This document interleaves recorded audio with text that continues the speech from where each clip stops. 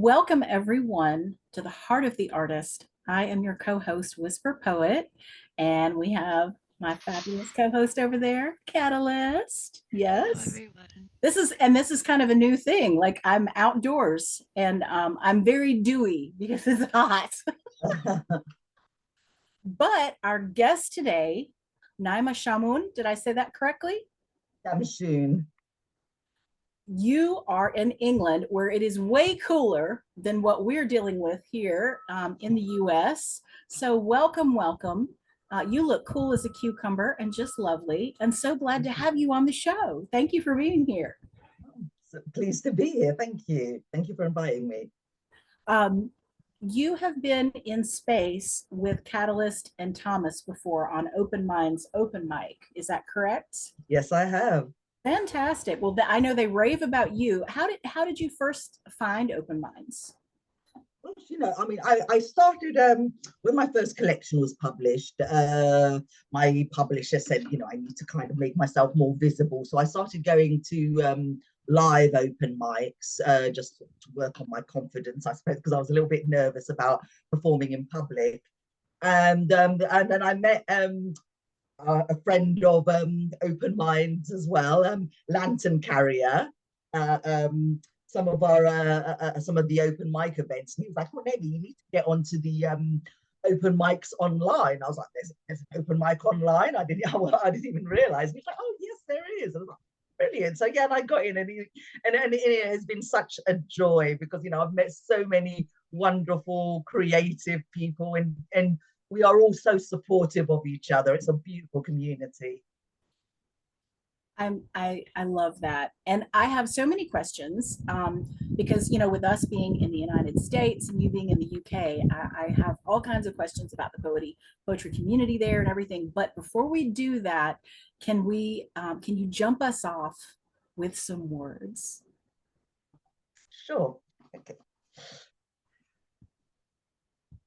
Once, once I was 17 and married, grieving as the guests rejoiced, denied a voice or choice, dolled up on Almeida and carried.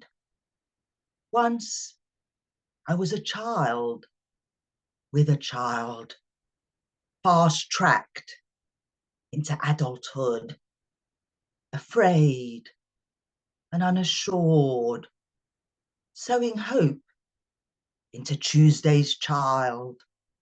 Once valued solely for chastity and a womb, heaven under the feet of mothering, therein placed demands, smothering, as the dove fluttered hope into the heavy gloom. Once I was the mother I never had, and the wife I never wanted to be, playing the part expected of me, in the babes, finding reasons to be glad. Once I faked love in the hope that it would grow, fabricating sweet words and comforting cuddles. But like you, it sank to the bottom of the bottle, forsaking you to the mistress you dotingly know. Once I tried to be all things to everyone and nothing to myself, burying mental health so that I could step up to bat for the sons. You only live once, but die 1,000 deaths. Each time rising out of the ash, strong enough for once. Thank you.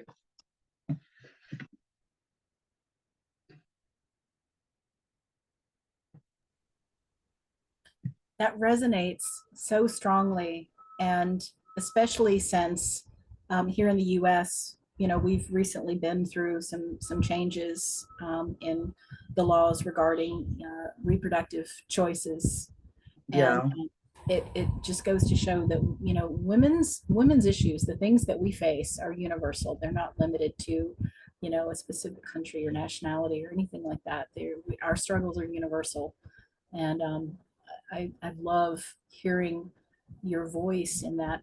Have you had similar legislative changes in the UK as we have had here in the States? No, I mean, sort of in terms of, sort of abortion rights, I mean, it's very open here. And thankfully, you don't get these god awful people who sort of stand outside sort of abortion clinics and try to shame these poor women who, I mean, abortion is not something that anybody takes lightly. And, and it's taken a lot of courage and a lot of strength for a woman to be able to go through with that. And then on top of that, to have these people trying to shame them, it's just absolutely disgraceful. That was just got my heart going. That's the thing. We always cry on the show. We have to cry. So thank you for starting us off right. So one of the things that I wanted to ask you about, I have had the lovely opportunity to be in a couple of open mics, virtual open mics, where a substantial number of the poets are from the UK, and I kind of felt like the what's the word I'm looking for, the uncouth American spaces, because I'm like posting all kinds of stuff in the chat, let's go, and all this stuff, and then coming off mic and I'm like, yeah, and it's like everyone's sort of quiet and they're not really blowing up the chat, and I thought, I'm just ill-mannered here. I don't know what the customs are. I'm No, blending gosh, in. I love the enthusiasm of Americans. I mean, because sort of, I think with us British, I mean, sort of like you talk to people and you generally you kind of get the impression that they're not particularly impressed, even though they are, because they don't physically show it. But whereas with the Americans, they are so expressive, and I love that about them.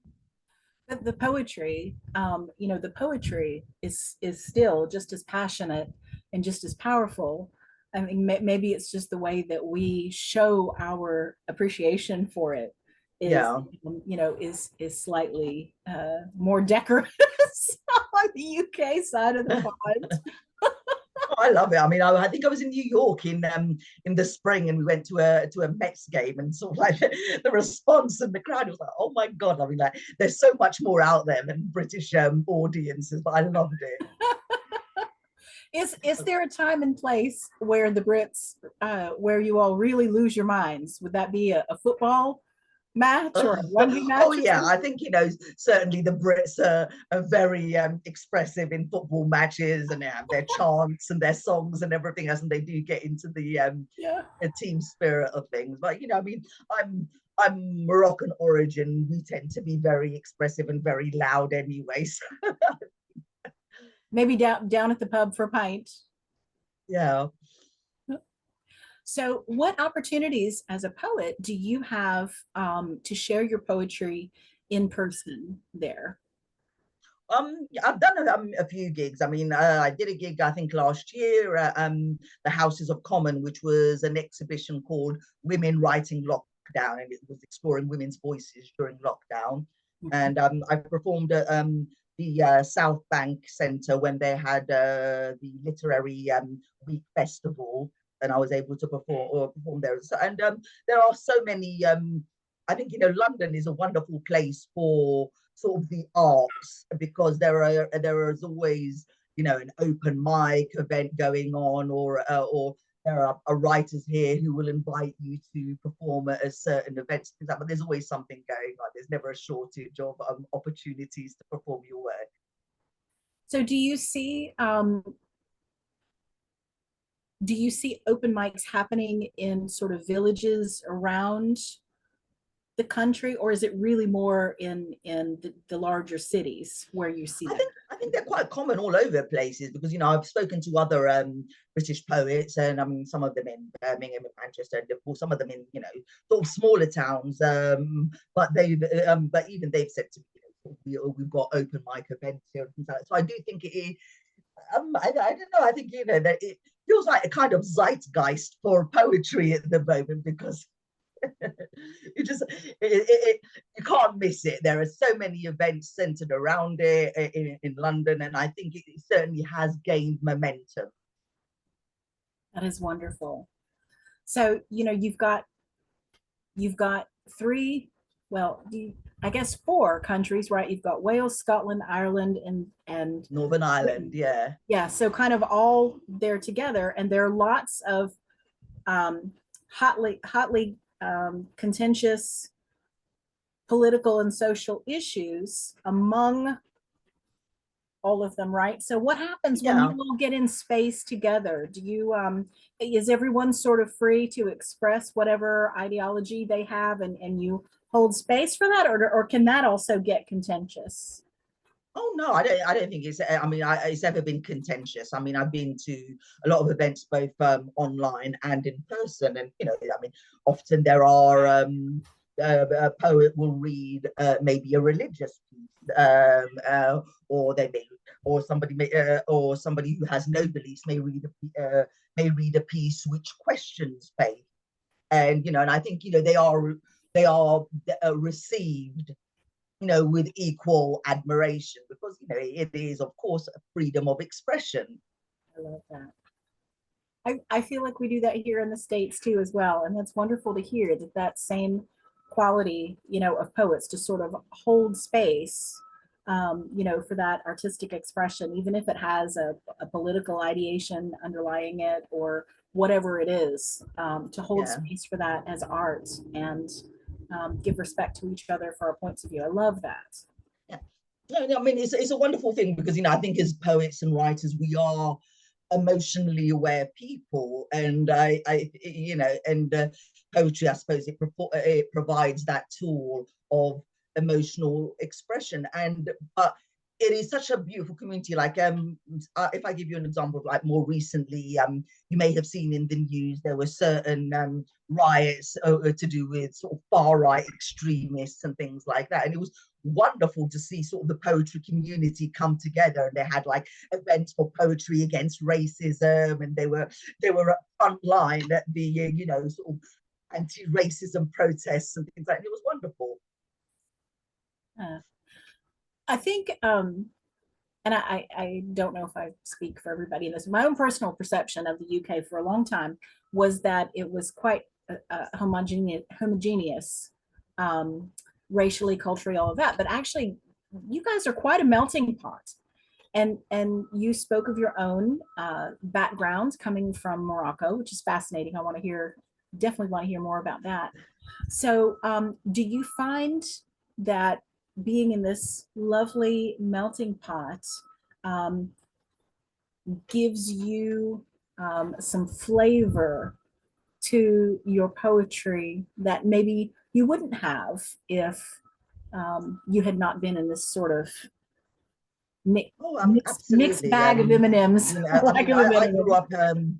I grew up in an area which had a lot of different communities in it. There was a large North African community, there was a large Portuguese and Spanish community, and an Afro-Caribbean community, and my school friends. So from a very young age, I would go to my friends' houses. We would get to experience each other's culture. I mean, I'd go to my friend's house and we'd have like jerk chicken and rice and peas, or I'd go to my friend's house and their mother would make us like tortillas as snacks, and it was wonderful. It was wonderful to be exposed to so many different cultures, and I definitely think that's probably, yes, I would say it has influenced my writing. I mean, there are a couple of pieces I think in my first collection which look at racism because when I was growing up in the 70s, racism was very prevalent.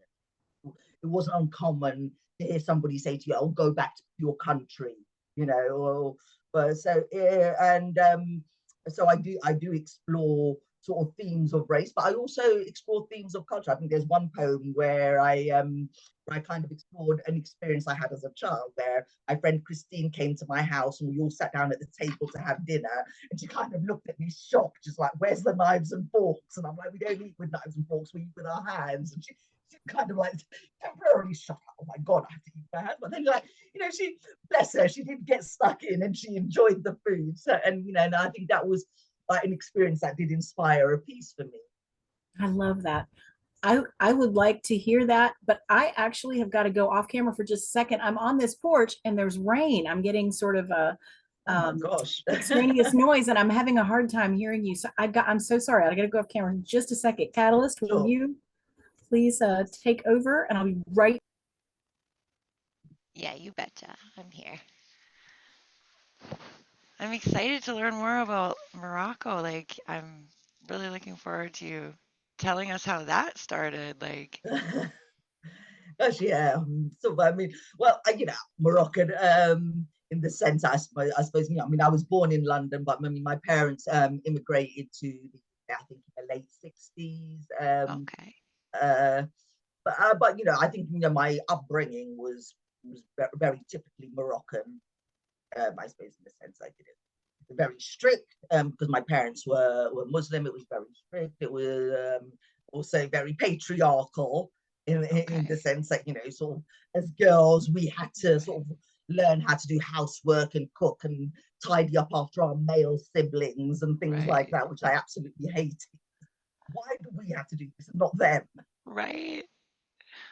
Oh, well, that's cool. I love that. I can feel that sense in your poetry where you come from that, like, not allowed to say what you really want to say. And then you get to that point where you're like, I'm going to say it anyway. Even if I just say it over here, it's going to get said. So it's very powerful. I love that. Absolutely. I mean, I think I was talking to a friend in Morocco who works at a university, and he was like, we'd like you to come along, and maybe do some pieces for us at the university. And I said, "Well, I'm not sure about that, because some of my pieces do question faith, and they do Right. question certain patriarchal elements of Moroccan culture. So I'm not sure how well that will go down Well, with that's what Moroccan the good audiences, but creatives do, right? We got to push those boundaries because absolutely. we feel it. We got to make it real. Everybody got to know. I can hear. Yay! Yay. Yay! So I wanted to ask when you were talking about the dinner a moment ago. Is the tagine, is that a Moroccan? Yes, it is. Oh, yes. Do you have a tagine poem? Yes, I I have. do. Oh my gosh.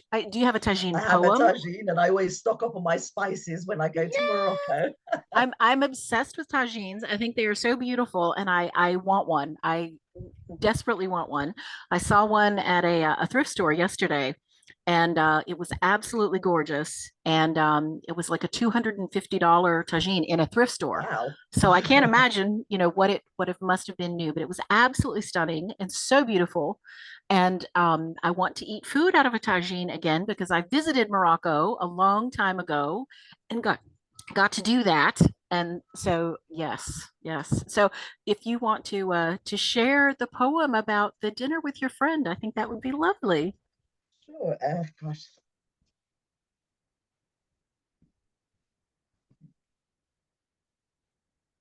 Mama's welcome. My friend in my home. Another part of me. Friends have no secrets. Billows of ginger and saffron. Embrace our guest at the door. Mama works in silence in the kitchen. Even the sound of crockery and cutlery, moved by purposeful hands, seems muted, conserving the fanfare for the food, which always sings of Moroccan tradition. knives and forks, quizzes Christine, glancing around at the scene. We eat with our hands in one plate. First horror, then a second thought. A pang of hurt shakes my pride. Cautiously, watching us begin, scooping up the food with bread, she repeats, Bismillah, and tucks in, protruding eyes, ecstatically wide, hands adapting with ease, entranced by flavors unknown, hands faster than the throat can swallow, remaining seated, the last to leave. Mama's smile eclipses her whole face, pride radiating a regal glow. Mama says, you're Moroccan now. Christine's smile welcomes the honor bestowed, sharing our respective places with acceptance and grace. Thank you. Oh my gosh. I felt like I was there smelling the scents and tasting those flavors. And that was such a beautiful, evocative narrative story. And I think it must have been very fun to be your friend growing up. Do you still have contact with Christine?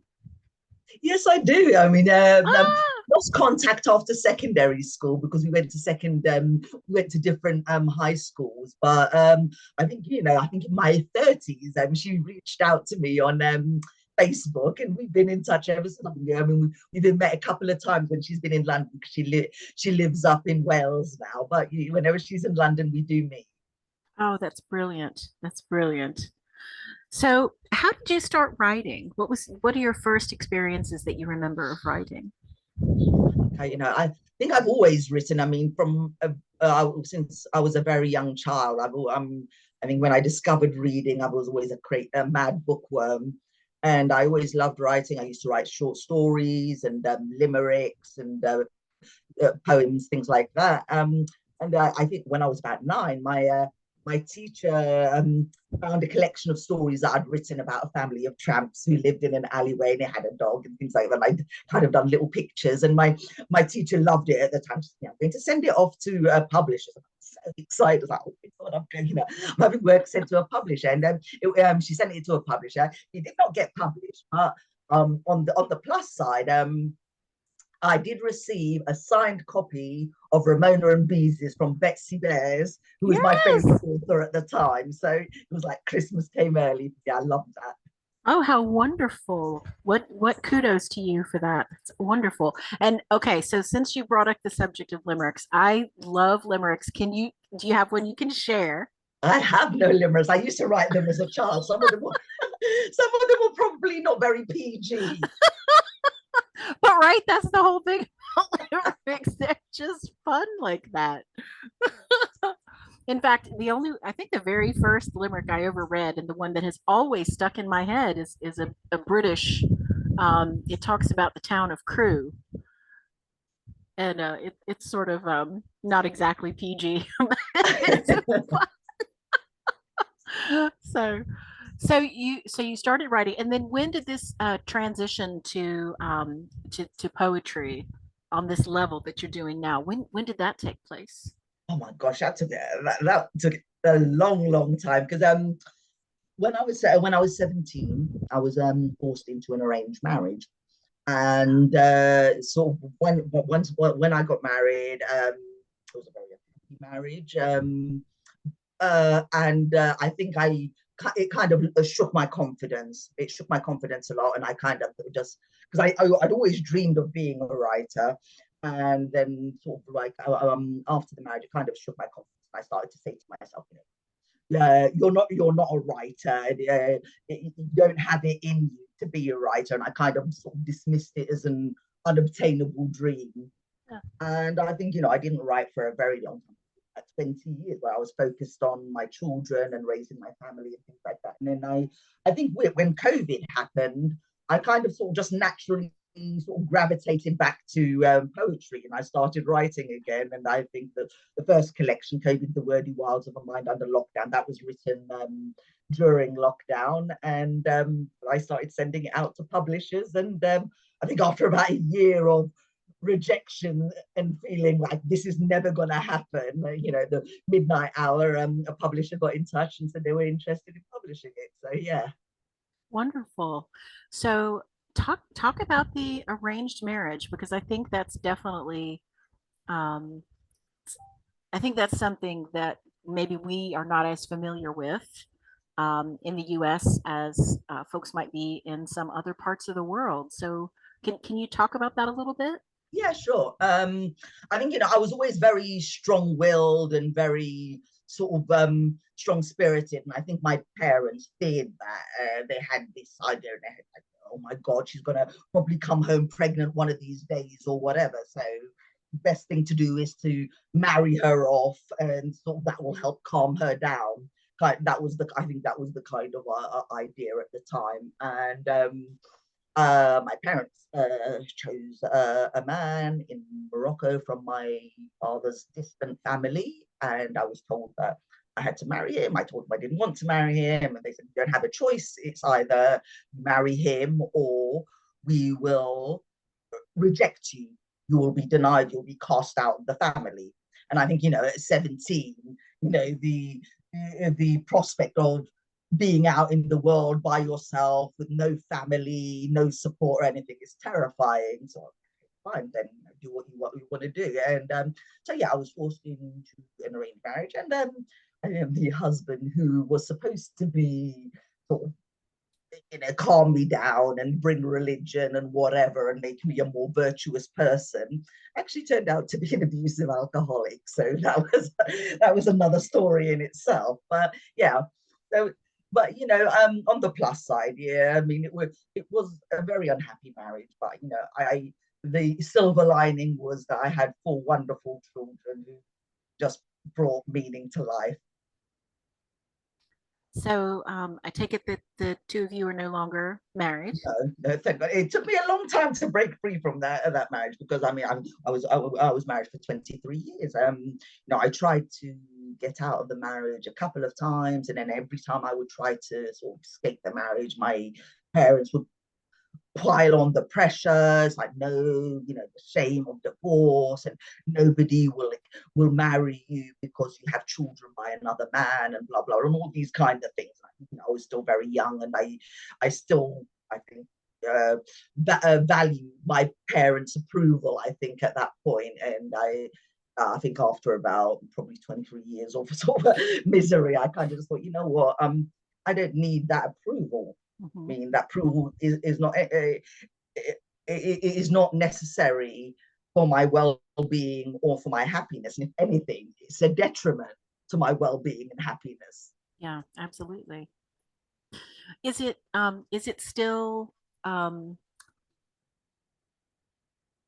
the practice in Morocco that you stick with the marriage, like it doesn't matter if it's I think there is bad? still kind of a stigma with divorce, especially a divorced woman. Divorced women are viewed very negatively. Mhm. And is Moroccan culture traditionally, is it more of a patriarchal kind of? Oh, it's definitely a patriarchal, because it's a culture that is rooted in Islam. So in that sense, that the man is seen as the protector and the provider, and that and a woman's respectability is given to her via marriage. A man, it basically is awarding you that respectability by making you wifey, you are now a respectable woman. So yeah, and and I've had this conversation with a lot of academics in Morocco, where it's it is a system where there is a lot of double standards, where if a woman is seen to be sexually active, she's seen as being a woman of no worth. Yeah. Whereas if a man is sexually active, it's perfectly acceptable. Do you feel like poetry has a role to play in helping advance women's rights and in changing those constructs?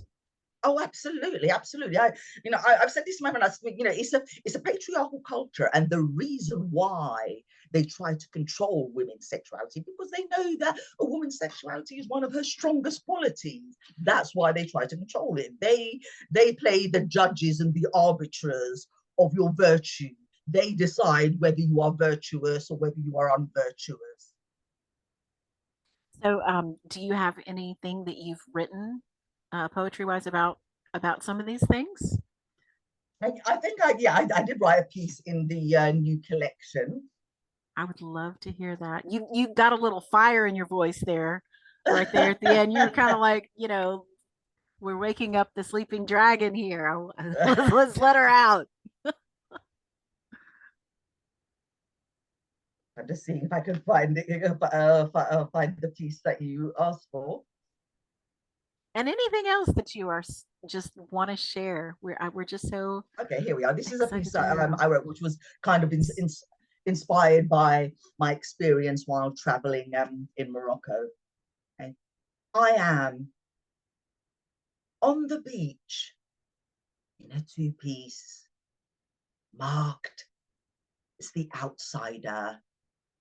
I am the galling gorilla, the woman perched in the tree, observing the life that does not include me, my flesh, immodestly on display, stalked by the eyes who desire and dismay, who deem the emperor's clothes without chastity, sauntering past the stare of men in cafes, exuding confidence in a figure-hugging dress, not worthy of respect, just good for sex, muttering lewd comments before kneeling to pray.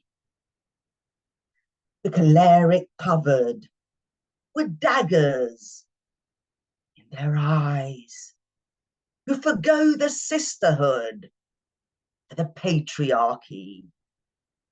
We both struggle, so why do you wound me, Akhti, when I flock to your bosom across seas and skies? I am Tom Bombadil, sprouting legs out of the earth, crossing the expanse to bloom far from home. My fibers composed of your soil's clay cologne, scornfully affronted by the kinetics of my birth, my derija littered with the crude converse of women of the night, cigarette shamelessly alight, uncompelled to defend or prove. I am the bittersweetness of nos nos, a hard pill to swallow. Still, you gag on the sweet. I cannot be devalued by the glares that I meet.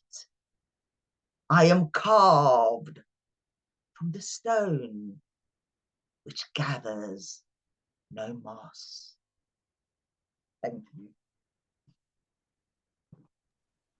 scornfully affronted by the kinetics of my birth.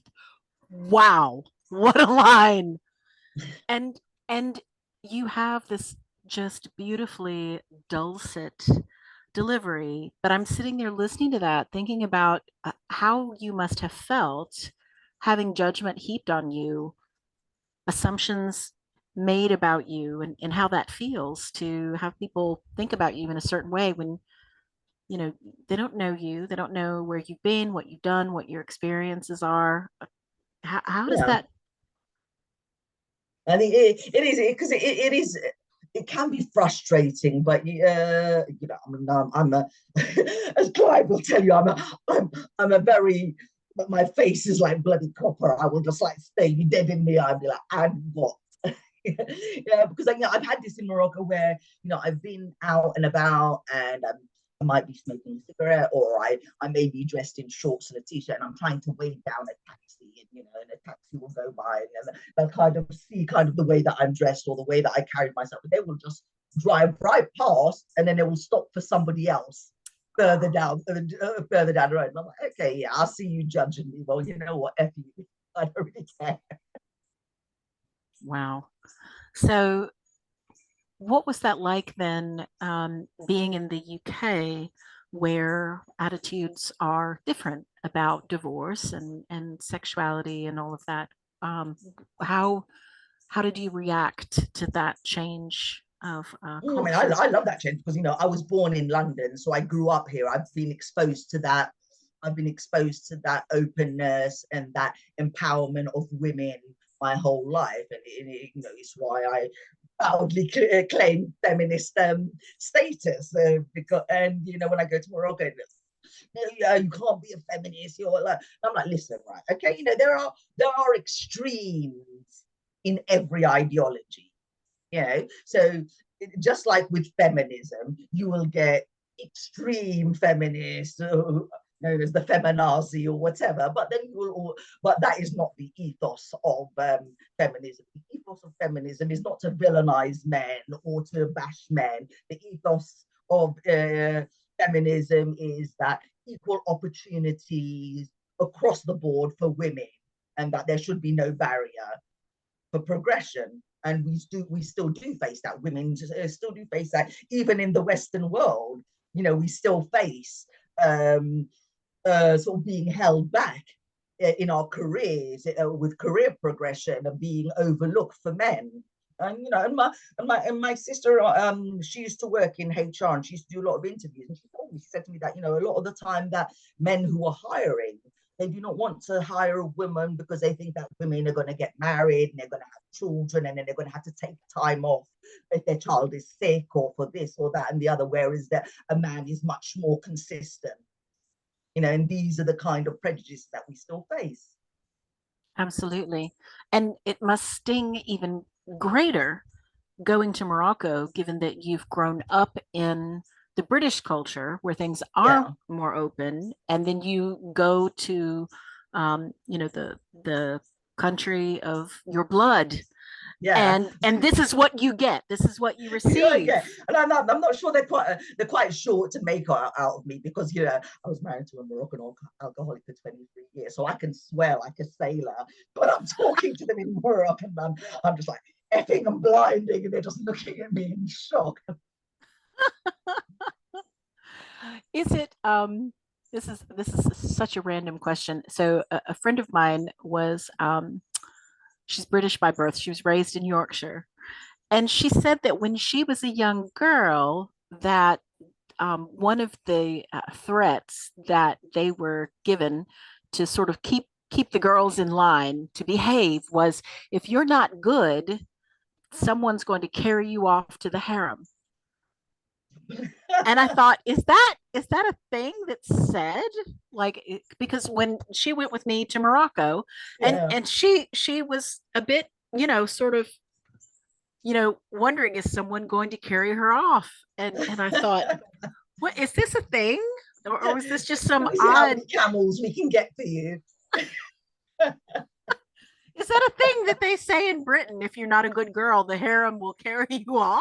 I've never heard that, to be honest. That's the Okay, first that time just I've means heard. that must be some oddity of her family then. Too crazy.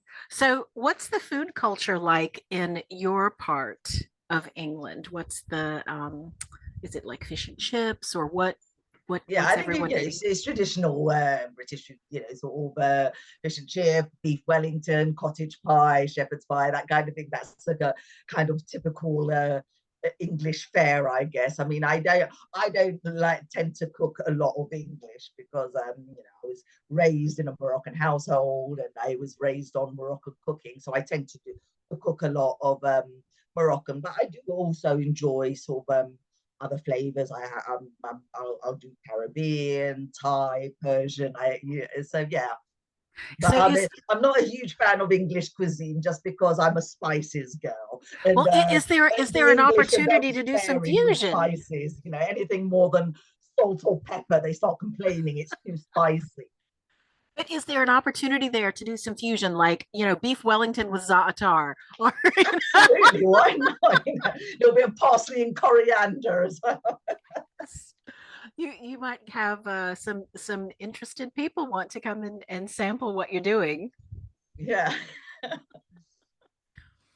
So you you grew up in England, and so this man that you married, he came to you from Morocco. So he Morocco, was yes. So it was a bit of a culture clash there, so very patriarchal. My wife shouldn't dress like this. My wife shouldn't do this. And just fuck off, please, leave me alone. so you had to spend 23 years basically, talk to the hand of this Yeah. person who's just spouting nonsense at you constantly. Well, it was one of those things where, I mean, he tried to be quite overbearing and controlling with me, but it was not something that I was willing to accept because I wanted to teach my sons by experience. Now, if I just sort of sat there and allowed myself to take that abuse, then they would get the opinion that this was perfectly acceptable behavior. Whereas no, sort of every time that he tried to sort of start any kind of abuse with me, I would be, up in his face, like, just get the hell out of here before I completely lose my rag and you'll regret it. So just leave. So Yeah. But what is I that would, like for and you? I think, my I wanted my sons to grow up seeing a strong woman Yes. who had respect for herself, and yeah, and I hope that that was achieved. I can only go by my son's choice of women, and they do tend to go for very confident, strong women. So maybe that was my part in it. I don't know. But what was that like for you to be constantly on your guard, to constantly have to have this armor because It who was it knows was what's it was gonna. very hard. I mean, there was I mean, like I said, he was an alcoholic, and sometimes he'd be out all day and then he wouldn't come back to the house until closing time, and and I would be at home with my children, and it was really strange because we'd be laughing and joking, we'd be singing along to the cartoons on TV and things like that, and then like as soon as you heard the key in the door and the door opened, the atmosphere in the house completely changed to sort of one on alert. What was his relationship like with your sons? Were they able to connect in a No, I, positive I, way? I think well, my two elder sons.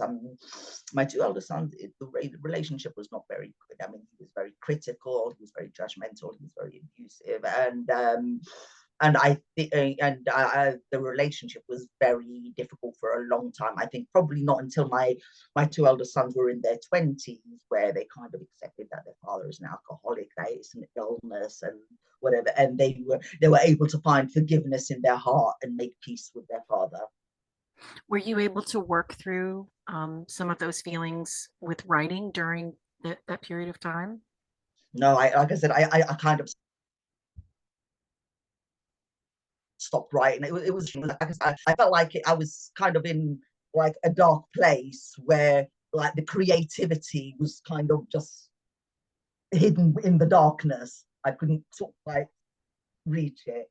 And it wasn't, until sort of towards the end of the marriage where I knew that it was over. It was really just a matter of time of when I actually got out of it. And I, at that point, I pretty much knew that it wasn't going to go anywhere.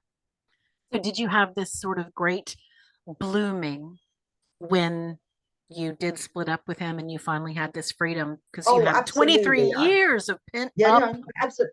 Yeah, no, I did. I think, it's a funny thing because people were talking to me, and I think I was talking to a friend recently, and they said to me, "Oh, how old were you the first time you fell in love?"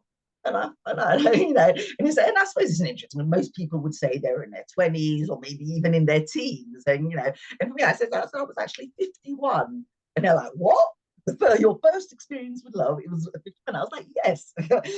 I've come a little bit late to the game in the sense that means I didn't have chance to experience love because I was married by the time I was 17. I was a mother by the time I was 18, and I was in a marriage for 23 years. So it wasn't until after the marriage, and I think even after the marriage, I was very damaged. I didn't have a lot of confidence, and I think I was just going. I was just going where the attention and love was, but not necessarily real love, if you know what I mean. It was nice to be appreciated and to be admired because it's not something that I had ever experienced.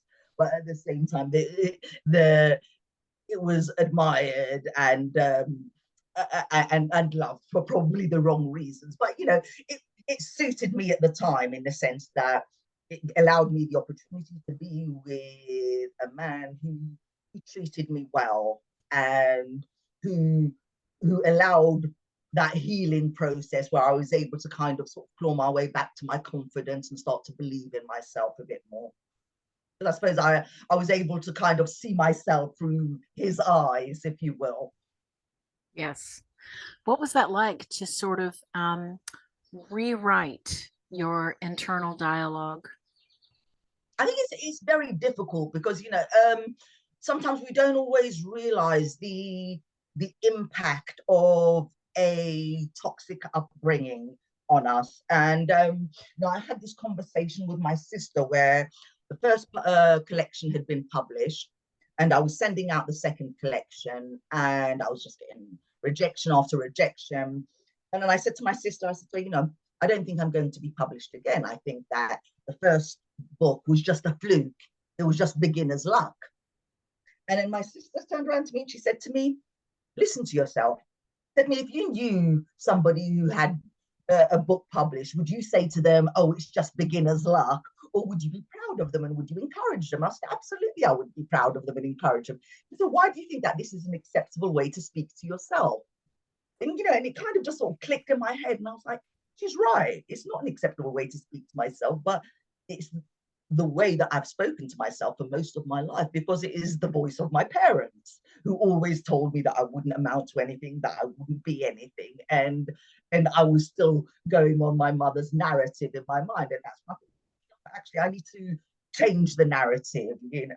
It's not my mother who is, or my father who are going to be narrating this story anymore. I need to take charge of that narration.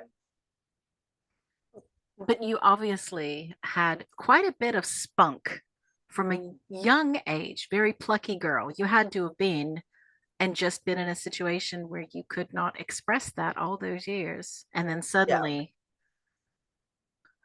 Yeah, I mean, it was wonderful because I've said to me, it is strange because for me, it feels like I've had some of my best experiences post 50. Yes.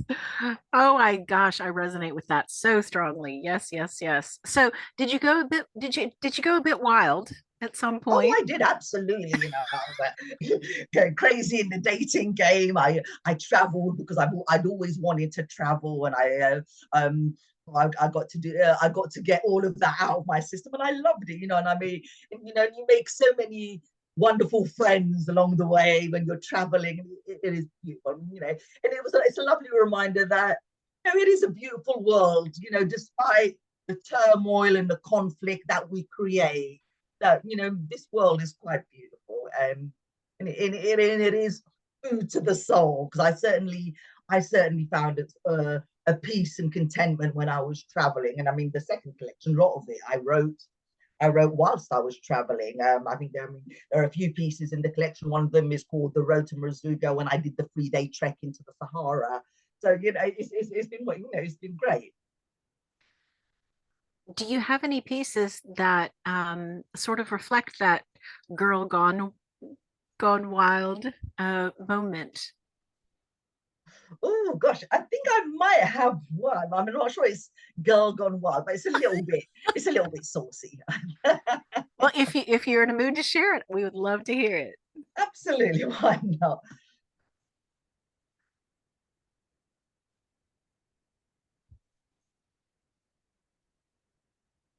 Gosh.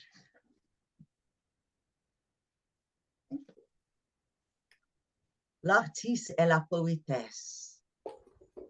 See how she runs to the flame, like the moth to luminous things, knowing her wings may be singed.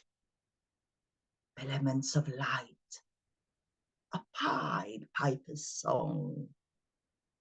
She is brave and foolhardy, yearning for the rage of the furnace, meeting its inferno head first, smiling as she sips her Bacardi, seeking ruinous pleasure, rising out of yesterday's ashes. Her voice drips like molasses. She beckons the seeker of treasure.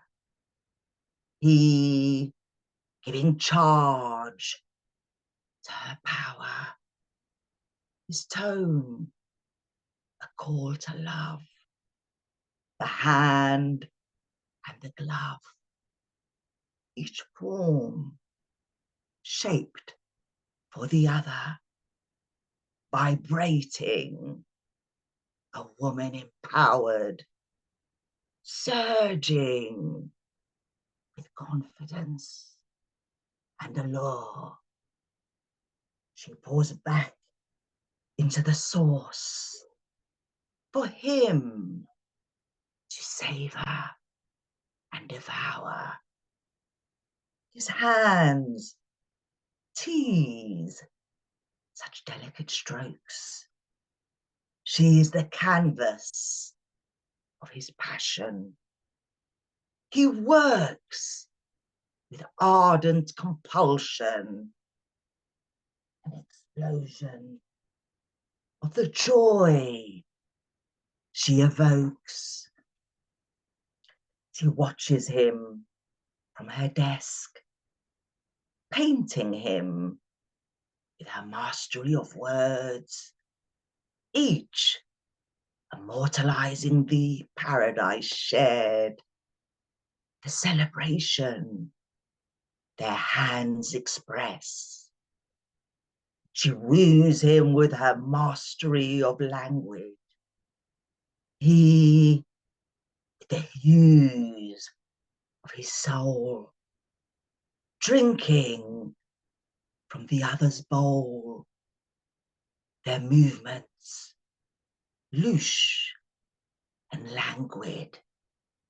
Les amours amuse, oil and colour, pen and paper, mixing as they fuse, radiating. He smiles. He is called my soul's twin. Tell me, what do you think, darling poetess? He soars the pleasure in her eyes. She hums, "Come, my twin, let our souls burn through our skin." Thank you. Oh my gosh. Yes, yes, yes, yes. Let's go. Oh my gosh. So sipping Bacardi, Yes. chasing, was it chasing ruinous pleasure? Yes, indeed. Oh yes. And then will you say the last line again? She hums, "Come, my twin, let our souls burn through our skin." That line? Oh my gosh. That is that is everything. That is for someone to live life and never experience that is like the saddest thing on the face of the earth. Absolutely. I'm so glad that you did what you needed to do so that you got to experience that. And then you write about it and share it with us. Absolutely. I mean, I'm all about empowering and uplifting women. And, I hope that, women who read my work certainly can feel brave enough to own themselves and own their identity and not give two hoots what society or anybody else says.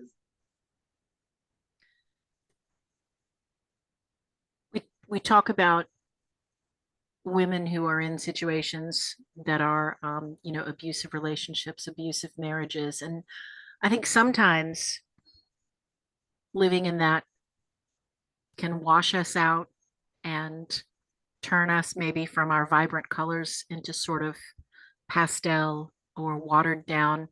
But with you, I don't think that's what happened. I think with you, you had to corral all of that vibrant color and keep a barrier around it. And then when you got free of that situation, you said, "Rah!" and let it go. Yeah, I think it's always been there. I mean, my children certainly said that. I mean, it's a funny thing because I was talking to my son, and then he said to me, "Mum, you're always very bubbly and very happy when you're growing up. Not that you weren't happy, you were always so much fun." He said to me, "But I think I've noticed like you just seem like really, really happy and in a much better place now." And I was like, "Absolutely, yes, I am. I think I am."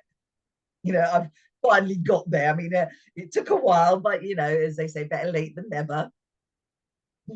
So what's next? What's on the horizon for you?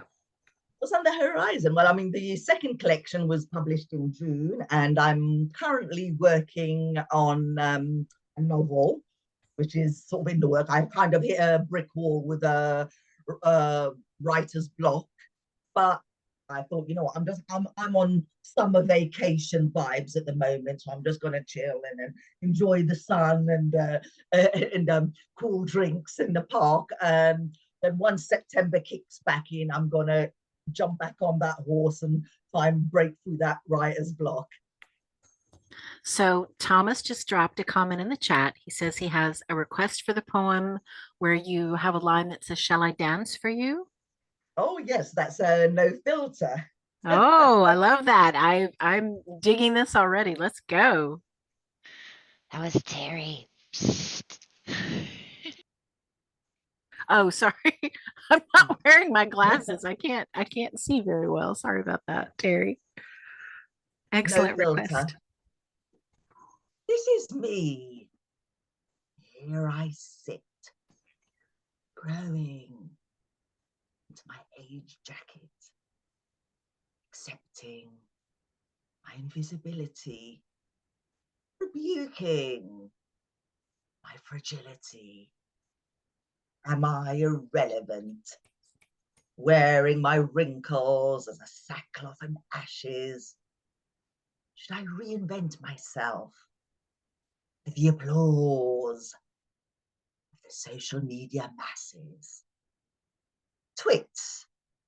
Twittering on Twitter, showcasing shells on Insta, scrolling and trolling, perfecting personas on FB, photoshopping their leave, a veil of airbrushed sadness. I need more because I am less. Filtering faces and not words, subsisting on praises, captive in light cages. The eyes that don't see me, the ears that don't hear me. Should I put on my filter and dance to the hollow beat of a digital trance? A pound of flesh under the knife, erasing evidence of a lived life, fattening up my lips and arse. A fatted calf as a stranger berates me in the looking glass. Are my eyebrows on fleek? Am I scathingly savage? Enough. Am I too woke? Or not enough? I log in and await your critique. Let's celebrate the cover, not the book. Post a pic as the panel rates you. Have an opinion, and we hate you. Immersing ourselves in the virtual world. I have wandered the London streets, donning my expiry as an invisibility cloak, as the gaze of the lit quickly retreats for dissolving into the city's big smoke. I have sat with Elliot as we shared despair after shop worn, shared niceties over tea and cakes and ices, exchanging troughs and peaks as we laughed and cried, pitching with Bekowski, waving to Sylvia as we died inside. Empty voices filling the space with speech, their flawless faces behind a screen. Me out of touch, them out of reach. We're reality in the virtual scheme. I have haunted the void in between. Should I question the truth whilst believing the lie? The hordes flock to TikTok, famous for 15 minutes, to shock, to rock, to mock, to exhibit without limit. But I'm old, and the light in their eyes has died. Thank you. Wow. You have such a fantastic way of doing sarcasm. It's there, and I feel it, I sense it, I hear it, but it's not a bitter sarcasm. There's a different quality to it. It's just delightful. It's toothsome. I want to eat it. Thank you. And you're so right. It's like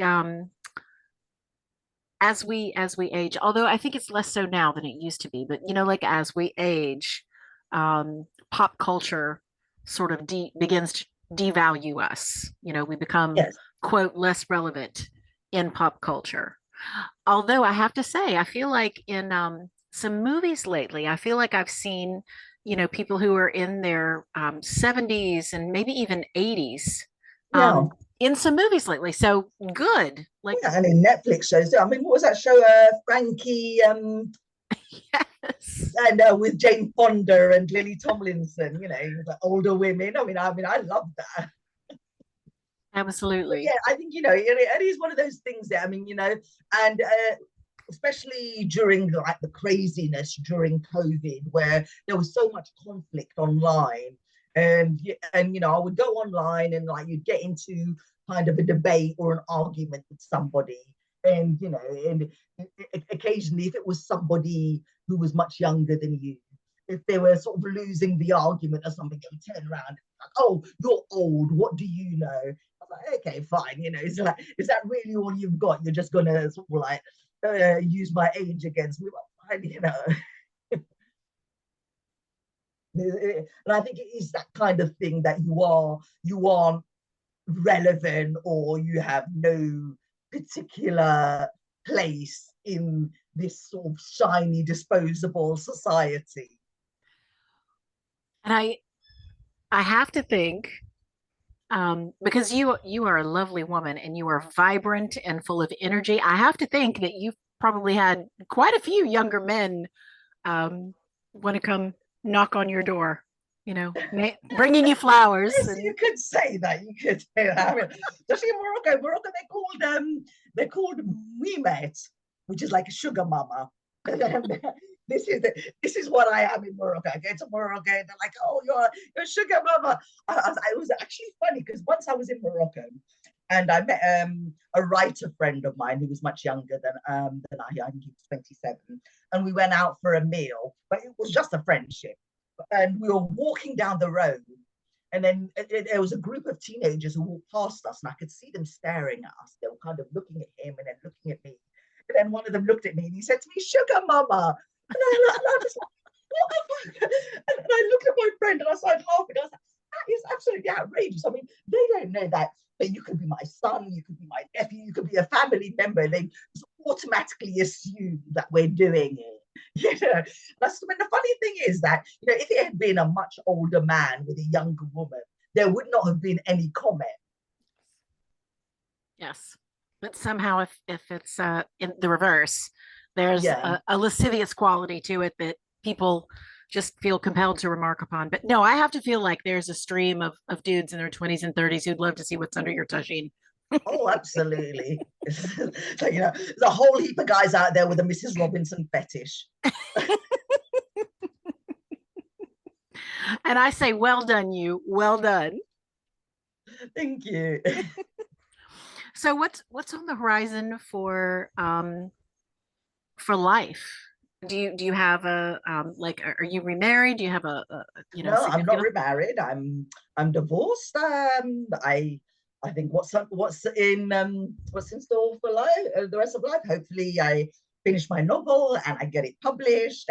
More travel, as much travel as possible if I can, and who knows if maybe we meet somebody who will bring a little bit of value to life. Then absolutely yes. I love that. And you have such a undaunted spirit. It just comes, it blooms out of you, it glows out of you, and it's just wonderful. Thank you. I have to think that that is part of the reason why you seem to have come out of this, very debilitating early life situation. You seem to be very whole and intact, and that's a beautiful thing to see.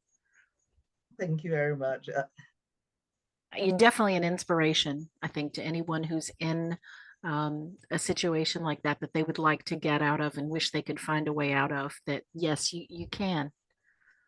Oh, absolutely. I mean, and it is a funny thing because I went to a hospital appointment once, and then while I was there, I was talking to the nurse, and she said to me, and so we kind of started talking. And I mentioned that I'd had the book out and everything else, and I explained about my culture, and I explained to her that when I was when I was 13, my parents took me to the doctor to prove that I was still a virgin. So I had like a really invasive examination to prove that my hymen was still intact. And I think we had this conversation, and she was much younger than I am. I think she was in her early 20s, and she actually said to me, "Yes, my parents did that with me as well." And I was like, "Oh my God, I cannot believe that in this day and age there is still virginity testing going on." Wow. The not only the physical violation, but the psychological and emotional violation of that. That's horrific. It is. Yeah. It didn't. I suppose the trauma of that experience certainly provided inspiration for a piece. So I guess that's the benefit I take from that trauma. Absolutely. Well, we're kind of on our hour. Would you like to share that piece as a way to close us out, or do you have something different you'd like to share? Sure, I could share that. Just bring that up.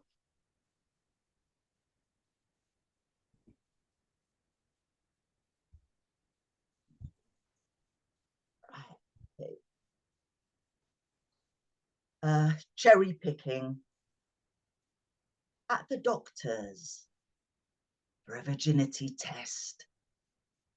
Heavy-hearted, 'tis pointless to protest. In the office where I sat on my father's knee, Dr. Holman, chuckling merrily, gifting Smarties, plenty of fluids and rest. Then, trapped, spread-legged on the table, glimpses of a mahogany desk and a sky blue screen, a shaft of sunlight, unable to warm the sterile scene. A torch shone into the flesh of the cradle.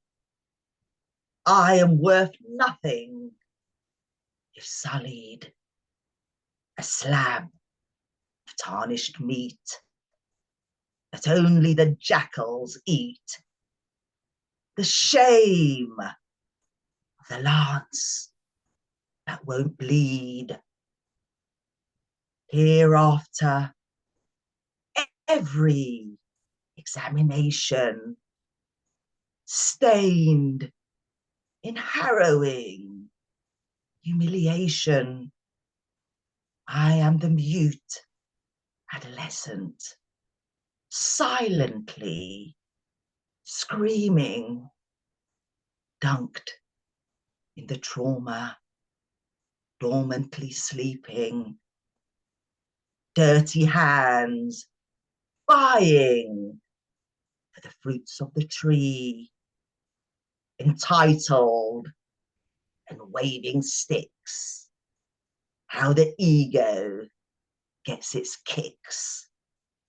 Pilgrims at the altar of hymenal purity. I shatter the shrine.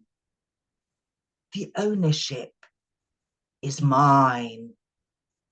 The forbidden garden, forbidden to all but them. Thank you. Wow. That makes me want to do violence.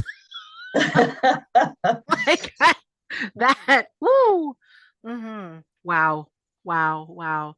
Please keep writing about those things. I have to believe that putting those experiences out there raises everyone's awareness that that is not acceptable anywhere by anyone ever.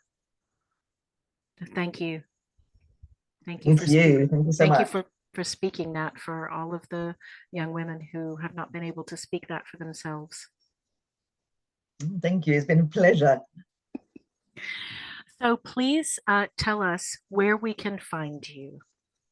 Well, I am on Facebook and Insta and Twitter and TikTok. I'm on all the platforms. And my book is Coping the Wordy Wilds of a Mind Under Lockdown and Saging Not Aging. The second collection are both available on Amazon. Fabulous. And if you would give us the actual handles on those social media. Absolutely, yeah. Do you want me to put them in the chat, or I can just say them here? Go ahead and say them, because I don't know that anyone viewing the video would know. Yeah, Nayma Chamchoun on Facebook, and I think N Chamchoun on Insta and TikTok as well. Yeah. Fantastic. Any underscores or spaces or? No, I don't know. There are these. Well, I don't think Chamchoun is a very common name. So. Thank you so much, Nayma. I am honored to have had this opportunity to speak with you. And just Catalyst and Thomas were like, they've been, since we started, Art of the Artists, like, we've got to get Nayma on here. We love her. She is amazing. She's a ray of sunlight. And you absolutely are. Thank you so, so, so much. And I know Catalyst and Thomas want to give you some flowers too. Oh, thank you so much, Thomas, Catalyst. I do miss you guys, but I've been trying to knock my insomnia on the head, so trying not to go to any late open mics, because your open mics start midnight for us here. It's true. I've had terrible insomnia. I had terrible insomnia since I was married, and that was actually triggered while I was married, because when I was married, my husband used to come home very late in the evenings, and he would be looking for a little something, and I couldn't bear for him to touch me. So I used to stay up till about like 3 o'clock in the morning. I could hear the birds singing outside until I knew that he was dead to the world, and he wasn't going to bother me. And then I'd go down. I kind of fell into that pattern, and it's like now it's like I just don't seem to get any sleep at all. So. Well, that's the witching hour, isn't it? That's when all that creativity comes out. Everyone else is sleeping. Oh, absolutely. I think there's a piece in the collection that was actually inspired by a little wacky backy, because that sometimes helps sort of get me down to sleep in the evening. So there is very true. Yeah. I kind of ran with as I was feeling very chill and at peace with the world.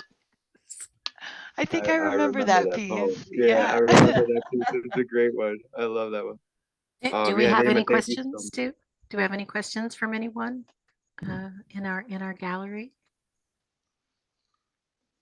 I think we've had a couple people step out and in and out. But you definitely have some flowers in the chat. Everyone has loved hearing your words. Thank you so much. Again, so much. Absolutely, just brilliant. My heart is full. My cup is full. You've given us a meal to dine on for a long time, and you've renewed my determination that I'm going to have a tagine. So absolutely enjoy it. Well, thank you so much. And everyone, this has been our show, The Heart of the Artist.